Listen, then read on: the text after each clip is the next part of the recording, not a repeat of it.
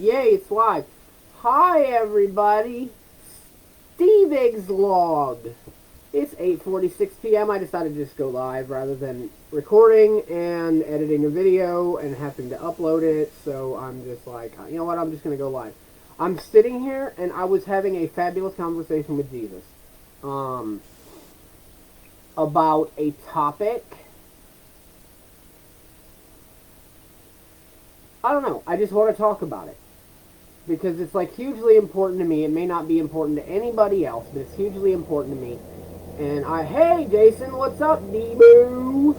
Debo, he wants to put lasers on the moon. No, okay, I'm just kidding.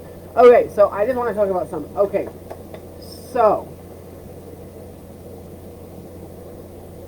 dude, my heater is on 75 and I'm still freezing cold in here. Maybe if I just, no, because then it'll get cold. Okay, so, I'm getting distracted. Okay, so,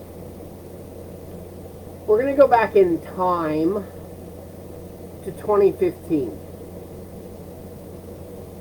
I'm sitting there streaming games on Twitch with my best friends on the Classic Gaming Trio when this random girl pops into our chat. And the next thing you know, after about a month, we start talking. And then one crazy day, God came to me and he said, "You need to marry that girl." I'm like, "What?" Well, the windows have pretty thick curtains. Yeah, there you go. Pretty thick curtains over the window. Back on me, getting it back on me. Okay, so back to story time with Stevig. Yeah, I love story time with Stevig.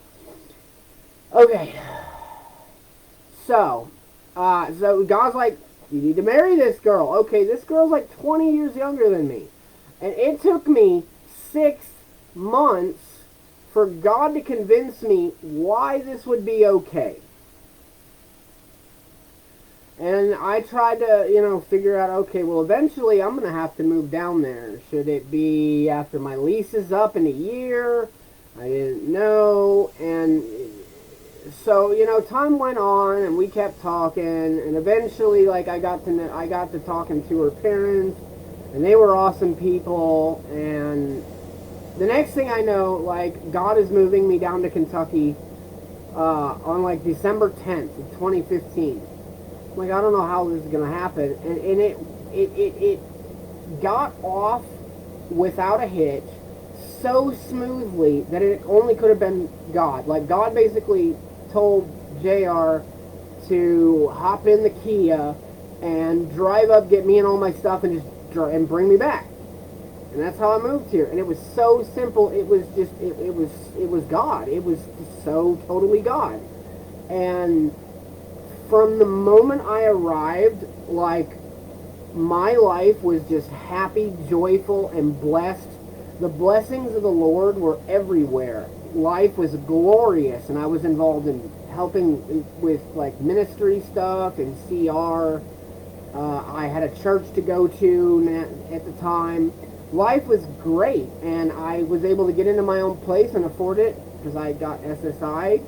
And eventually, we got married. And I told God years and years ago, do not let me marry a girl unless it's going to be for the rest of my life. Don't do it.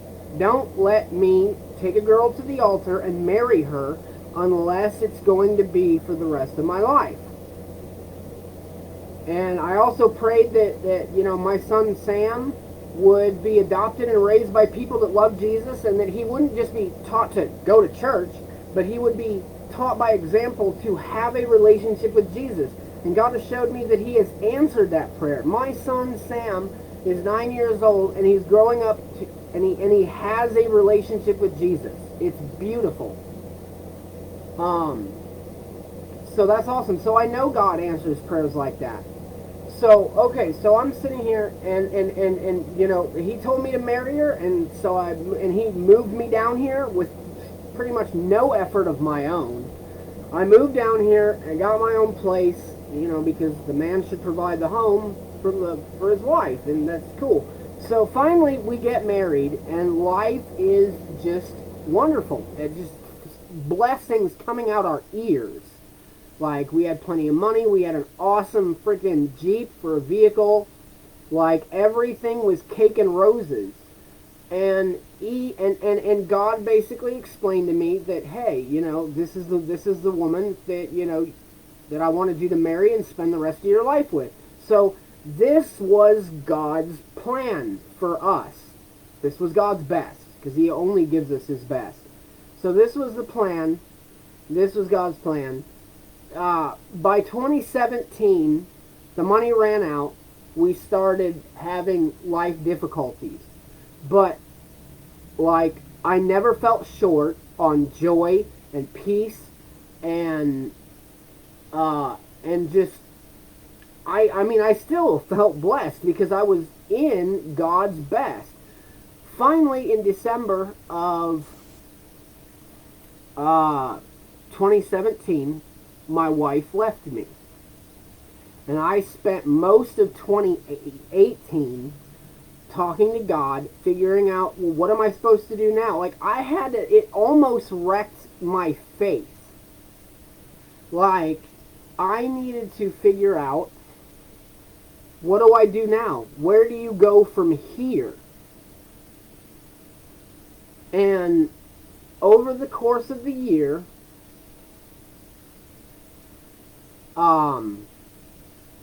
I talked to Jesus about it. And Jesus kept telling me the same thing over and over and over again. He even reminded me years earlier about how he told me to read the book of Hosea, and he said, I need you to love your wife like that.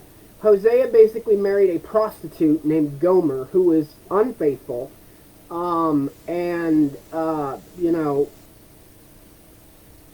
she was a harlot, pretty much.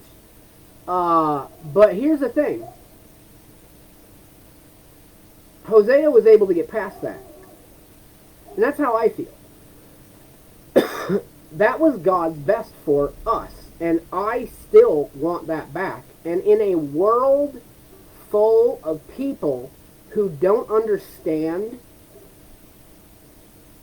the importance of the vows they take at their marriages, and how much it grieves God when people break them every day and they profane them and trivialize them and say, oh, well, you know, I don't think it's working out, I'm going to file for a divorce. God hates divorce. And you know what? So do I. I have not been able to be okay with divorcing my wife through any of this. I can't be okay with it. Because I hate divorce. God hates divorce.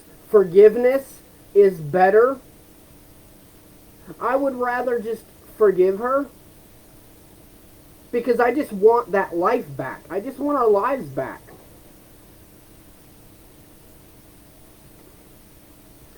And I randomly started talking to Jesus about this,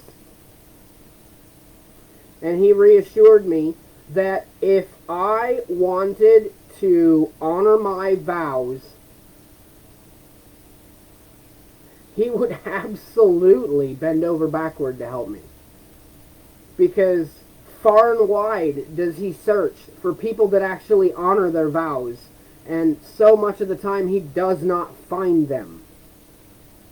But I'm sitting here saying, God, give me my wife back, and I will forgive her, and it'll all be water under the bridge, because I don't care what she's done. I just want your best back, and I want that life back, and I just want my wife back.